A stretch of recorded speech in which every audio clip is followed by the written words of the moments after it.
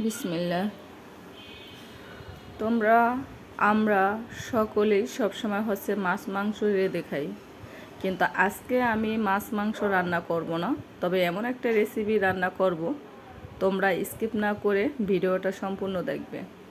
Hello guys, আসসালামু আলাইকুম। কেমন আছো তোমরা? আশা করি ভালো আছো। আমিও আল্লাহর রহমতে ভালো আছি। শুভ সকাল। আমার ভিডিওটা সম্পূর্ণ দেখে তারপরে ভালো মন্দ একটা মতামত কমেন্ট করে জানাইবে। আমরা মাছ মাংস সবাই খেতে পছন্দ করি, কিন্তু এভাবে কখনোই রেসিপি করি না। ঠিক আছে, এভাবে একদিন ট্রাই করে খেলেও এই রেসিপিটাও খুব মজা লাগে।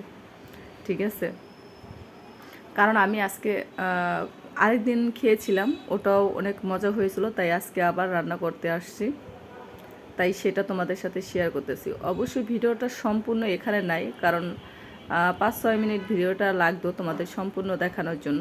তবে আমি কিভাবে রান্না করতেছি সেটাও অবশ্য দেওয়া আছে।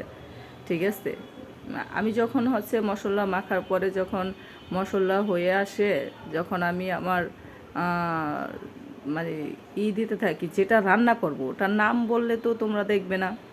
সো যখন ওটা আসবে তখনই তোমাদের নাম বলবো। তবে এইভাবে একদিন রেসিপিটা করে খাবে, দেখবে কেমন লাগে। অবশ্যই কমেন্ট করে জানাবে এই রেসিপিটা কেমন হয়েছে। আসলে আমি যেই জিনিসটা আনছি সেটার নাম হচ্ছে আসলে আমি একটু ভুলে যাই, তো ওই জন্য। যাই হোক, ওয়েট করবো না বেশিক্ষণ। এই যে দেখো, এটা সবাই কি নামে ডাকো তা জানি না। এটা আমি বলি কাঁকরোল। এই কাঁকরোলটা অনেকেই খেতে জানে না। ঠিক আছে, অনেকে এমনও মানুষ আছে জীবনে কখনো খায়নি, কেননা হচ্ছে এটার ভিতরে বিসি অনেক।